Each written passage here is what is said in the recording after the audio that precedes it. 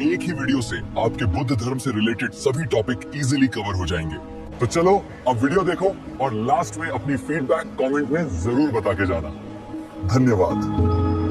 क्या आपने कभी सोचा है, एक राजकुमार जिसने सब कुछ छोड़ा, राज, वैभव, सुख सुविधाएं, और निकला उस सवाल का जवाब ढूंढने जिसका जवाब आज भी इंसान तलाश रहा है, दुख क्यों है? वो राजकुमार थे सिद्धार्थ गौतम, जो आगे चलकर बने भगवान बुद्ध, जिनकी सोच ने न केवल भारत बल्कि पूरी दुनिया की दिशा बदल दी। इस वीडियो में हम आपको ले चलेंगे उस दौर में जहां से शुरू हुई थी एक आध्यात्मिक क्रांति, जहां से निकला था मध्य मार्ग, जो आज भी जीवन के हर मोड़ पर हमें राह दिखाता है।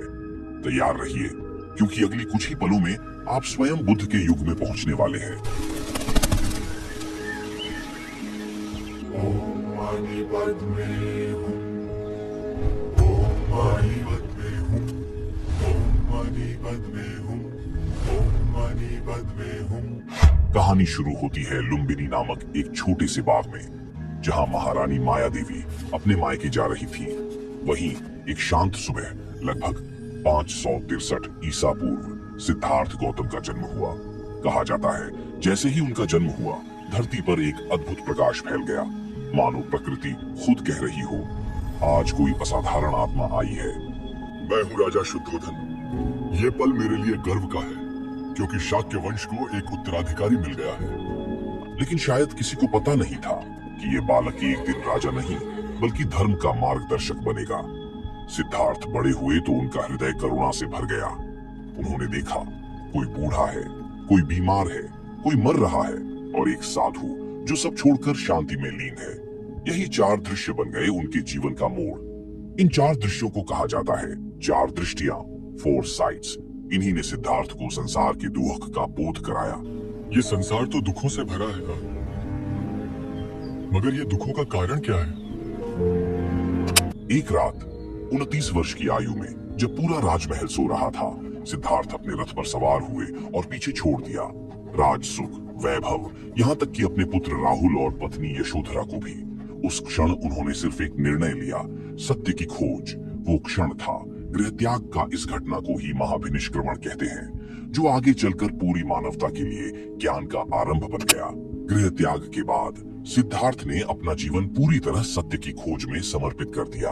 उन्होंने सबसे पहले कई आचार्यों से ज्ञान प्राप्त करने की कोशिश की, जैसे आलार कालाम और उद्रक रामपुत्र, पर उन्हें महसूस हुआ कि केवल विद्या से सत्य नहीं मिलता। इसके बाद उन्होंने अपनाया कठोर तपस्या का मार्ग। वर्षों तक उन्होंने अन्न जल तक त्याग दिया, यहाँ तक कि शरीर अस्थियों का ढांचा बन गया। लेकिन फिर उन्होंने समझा, अत्यधिक भोग और अत्यधिक त्याग दोनों ही रास्ते अधूरे हैं। इसी अनुभव के बाद उन्होंने अपनाया मध्यम मार्ग, मिडिल पाथ, जो बौद्ध दर्शन का केंद्रीय सिद्धांत है। और फिर एक दिन वे पहुंचे उर्वेला नामक स्थान पर, जहां एक विशाल पीपल वृक्ष के नीचे उन्होंने ध्यान लगाया। वही स्थान आगे चलकर कहलाया बोध गया, और वही वृक्ष कहलाया बोधि वृक्ष। कई रातों तक ध्यान में लीन रहने के बाद 35 वर्ष की आयु में पूर्णिमा की रात सिद्धार्थ ने बोध प्राप्त किया। अब वे केवल सिद्धार्थ नहीं रहे, वे बन गए बुद्ध, अर्थात जागृत व्यक्ति। ज्ञान प्राप्ति के बाद बुद्ध ने जाना, जीवन का दुख केवल तब समाप्त हो सकता है जब इंसान अपने भीतर की आसक्ति यानी कि अटैचमेंट और अज्ञान यानी कि इग्नोरेंस को समाप्त कर दे। इसी से उत्पन्न हुई उनकी सबसे महान शिक्षा, 4 आर्य सत्य, 4 नोबल ट्रूथ्स। पहला सत्य है दुख, यानी जन्म, बुढ़ापा, रोग और मृत्यु सभी दुखों के रूप हैं। दूसरा है दुख के कारण का आर्य सत्य, यानी तृष्णा। तीसरा, दुख के निरोध का आर्य सत्य, यानी इच्छाओं के समाप्त होने पर दुख का अंत हो जाता है। चौथा है दुख निरोधगामिनी प्रतिपदा का आर्य सत्य, यानी दुख को समाप्त करने का मार्ग, जो अष्टांगिक मार्ग है, 8 फोल्ड पाथ। ये उन्होंने पहली बार सारनाथ में बताया था, जिसे कहा जाता है धर्म चक्र प्रवर्तन, turning of the wheel of dharma. Buddha ने कहा था, जैसे वीणा की तार न बहुत कसनी चाहिए न बहुत ढीली, वैसे ही जीवन में संतुलन जरूरी है। यही संतुलन कहलाता है मध्यम मार्ग, मिडिल पाथ, और इसे जीने का तरीका बताया गया, अष्टांगिक मार्ग। यह मार्ग जीवन के 8 ऐसे हिस्सों को जोड़ता है जो मिलकर इंसान को दुख से मुक्त करते हैं और आत्मज्ञान की ओर ले जाते हैं। पहला मार्ग है सम्यक दृष्टिपथ। इसका अर्थ है चीजों को सही दृष्टिकोण से देखना। दूसरा मार्ग है सम्यक संकल्प। इसका अर्थ है सही विचार और सही इरादे रखना, क्रोध, घृणा और लालसा से दूर रहना। तीसरा है सम्यक वचन, यानी सच्चे, कोमल और उपयोगी शब्द बोलना, झूठ, चुगली या कटु भाषा से बचना। चौथा है सम्यक कर्म, जिसका अर्थ है हिंसा, चोरी, झूठ और अनैतिक आचरण से दूर रहना, किसी को पीड़ा न पहुंचाना। पांचवा है सम्यक आजीविका, यानी अपनी जीविका ऐसे साधनों से कमाना जो दूसरों को नुकसान न पहुंचाए। छठा है सम्यक प्रयास, यानी अपने मन से बुरे विचारों को हटाने और अच्छे विचारों को बढ़ाने का सतत प्रयास करना। सातवां है सम्यक स्मृति, यानी अपने विचारों, भावनाओं और क्रियाओं के प्रति जागरूक रहना, हर क्षण सचेत रहना। आखिरी है सम्यक समाधि, यानी मन को एकाग्र करके गहरी ध्यानावस्था में पहुंचना, जहां से वास्तविक शांति मिलती है। ज्ञान प्राप्त करने के बाद बुद्ध का जीवन ठहर नहीं गया। अब उनके भीतर एक ही उद्देश्य था। जिस सत्य को मैंने जाना है वह हर इंसान तक पहुंचना चाहिए। पहला उपदेश सारनाथ में 5 भिक्षुओं को दिया गया।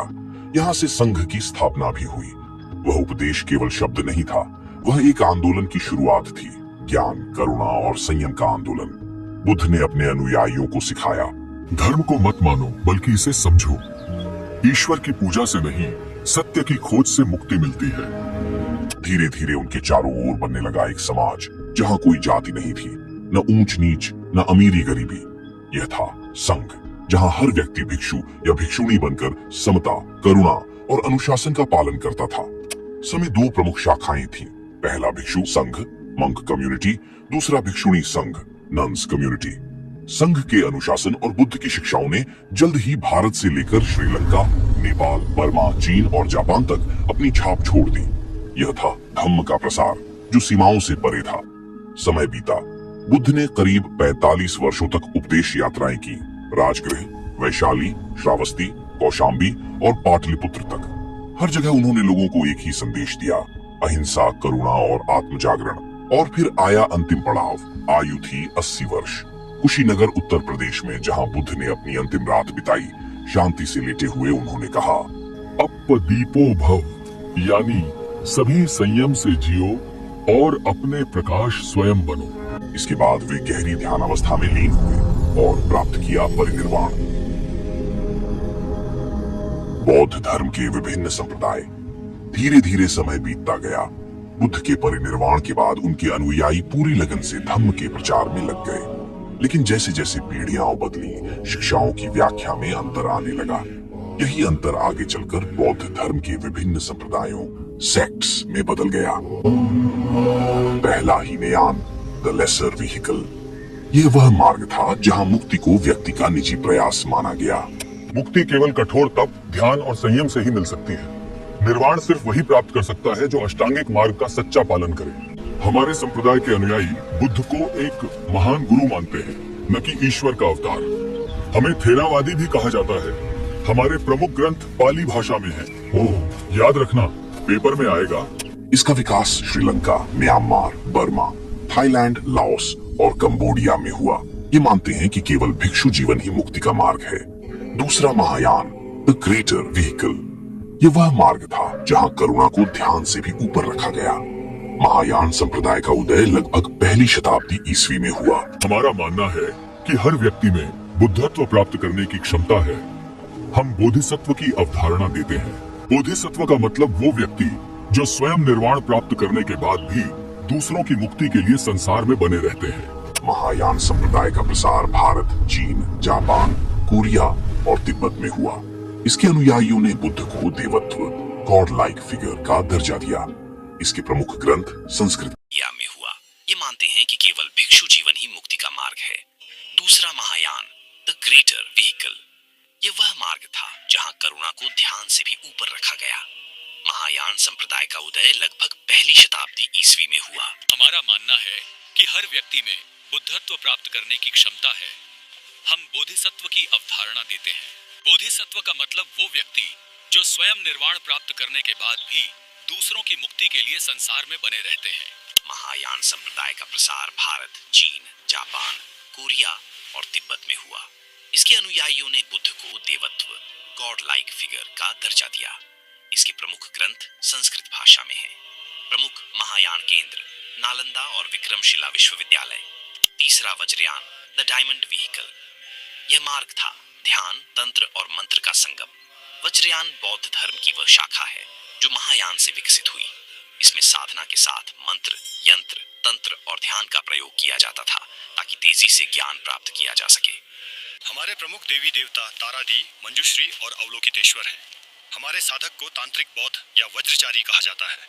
वज्रयान की उत्पत्ति भारत के बंगाल और बिहार क्षेत्रों में हुई। इसका प्रसार तिब्बत, नेपाल, मंगोलिया और भूटान में हुआ। प्रमुख बौद्ध ग्रंथ। धीरे धीरे जब बुद्ध के उपदेशों का प्रसार हुआ तो उनके शिष्यों ने महसूस किया कि अगर इन शिक्षाओं को लिख कर न रखा गया तो आने वाली पीढ़ियां असली धम्म को भूल जाएंगी। यहीं से शुरू हुआ बौद्ध ग्रंथों का निर्माण, जो न केवल धर्म के आधार बने बल्कि आज भी इतिहास और दर्शन के अनमोल दस्तावेज हैं। पहला त्रिपिटक, बौद्ध धर्म का मूल ग्रंथ। यह वह ग्रंथ है जिसमें समाया है पूरा बौद्ध दर्शन। त्रिपिटक का अर्थ है 3 टोकरी। यह बौद्ध ग्रंथों का सबसे पुराना और प्रामाणिक संग्रह है। त्रिपिटक के 3 भाग हैं। विनय पिटक का सुत्त पिटक, अभिधम्म पिटक। विनय पिटक में संघ के नियम, भिक्षुओं के आचरण और अनुशासन की बातें हैं, और सुत्त पिटक में स्वयं गौतम बुद्ध के उपदेश शामिल हैं। यह भाग सबसे विशाल है। अभिधम्म पिटक एक दार्शनिक ग्रंथ है जिसमें बुद्ध की शिक्षाओं की गहराई और विश्लेषण है। इसमें मानसिक अवस्थाओं और मनोविज्ञान से जुड़े सिद्धांत हैं। यह पाली भाषा में लिखा हुआ है। साथियों, ये दूसरा ग्रंथ है ललित विस्तर सूत्र। ये महायान बौद्ध संप्रदाय का ग्रंथ है जो संस्कृत भाषा में रचा गया। इसमें बुद्ध के चमत्कार, करुणा और जीवन यात्रा का सुंदर वर्णन है। इसका पेपर में डायरेक्ट सवाल आता है कि ये किस संप्रदाय से रिलेटेड है। तीसरा ग्रंथ, मिलिंद पन्हो। जब यूनानी राजा मिलिंद ने बौद्ध भिक्षु नागसेन से प्रश्न किया तो वही प्रश्न बन गए, मिलिंद पन्हो। यह एक प्रश्नोत्तर ग्रंथ है जिसमें राजा मिलिंद और भिक्षु नागसेन के बीच दर्शन और जीवन पर चर्चा है। यह पाली भाषा में लिखा हुआ है। यह ग्रंथ है महावंश और दीपवंश। ये ग्रंथ श्रीलंका के बौद्ध इतिहास के साक्षी हैं। दोनों ग्रंथ पाली भाषा में हैं। इनमें श्रीलंका में बौद्ध धर्म के आगमन, राजाओं के शासन और संघ की प्रगति का विवरण है। आगे चलकर बौद्ध धर्म के विकास के साथ कई अन्य ग्रंथ भी बने, जैसे बोधिसत्व चर्यावतार शंतिदेव द्वारा, जो करुणा और बोधिसत्व के जीवन पर आधारित है। इन ग्रंथों ने बौद्ध दर्शन को वैश्विक रूप दिया। बौद्ध परिषदें। समय बीतता गया। बुद्ध के परिनिर्वाण के बाद उनके अनुयायी जगह जगह फैल गए। धर्म का प्रसार तो हुआ, लेकिन शिक्षाओं की व्याख्या में मतभेद भी बढ़ने लगे। तभी यह महसूस हुआ कि अगर बुद्ध की वाणी को शुद्ध रूप में सुरक्षित रखना है तो एक सभा बुलानी होगी, और वहीं से शुरू हुई बौद्ध परिषदों की परंपरा। प्रथम बौद्ध परिषद।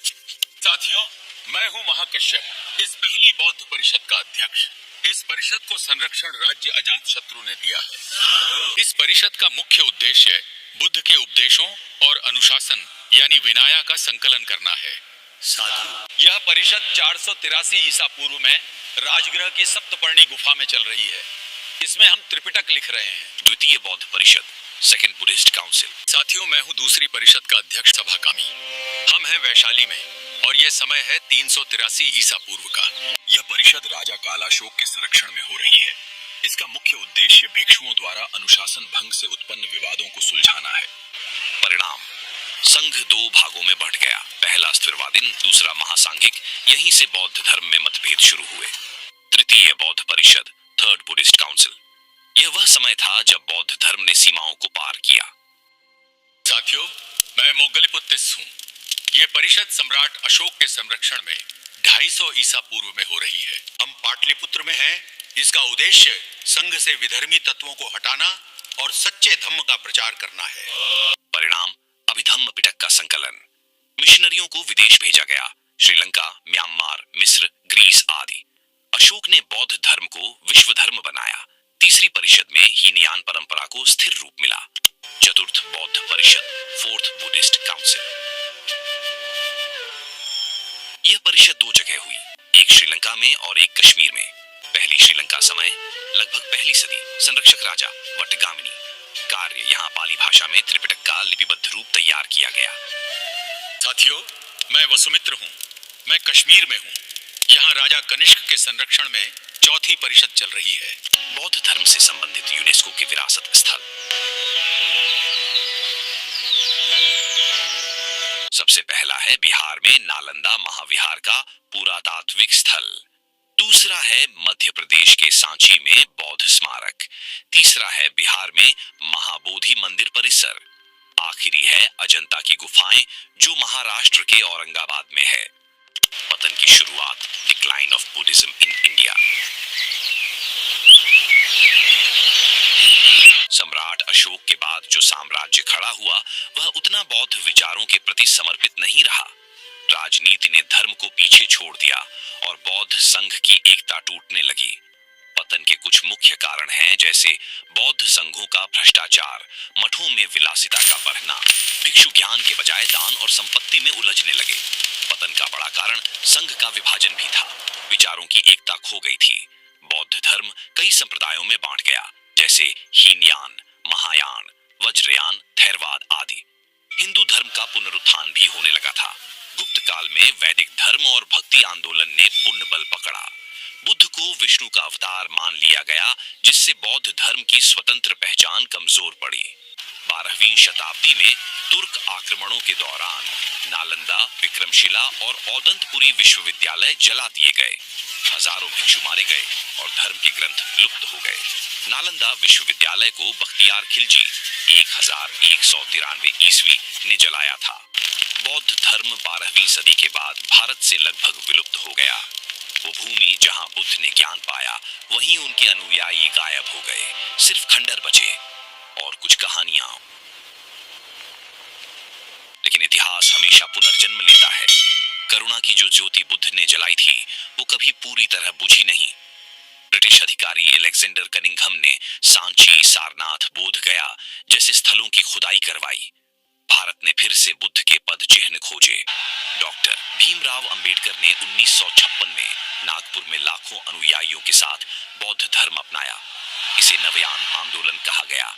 उनका नारा था, मैं हिंदू के रूप में जन्मा पर हिंदू के रूप में मरूंगा नहीं। अंबेडकर ने 14 अक्टूबर 1956 को दीक्षा भूमि नागपुर में बौद्ध धर्म अपनाया। भारत ने एक बार फिर शांति का संदेशदाता राष्ट्र होने का सम्मान पाया है। 2011 की जनगणना के अनुसार भारत में लगभग 84 लाख बौद्ध अनुयायी हैं। इनमें से अधिकतर महाराष्ट्र, उत्तर प्रदेश और लद्दाख में रहते हैं। इतिहास ने बुद्ध के धर्म को कई बार मिटाने की कोशिश की, पर करुणा कभी नहीं मिटती। जब जब दुनिया हिंसा से थकती है, बुद्ध का संदेश फिर लौट आता है, अप्पदीपो भव, अपने भीतर की ज्योति बनो।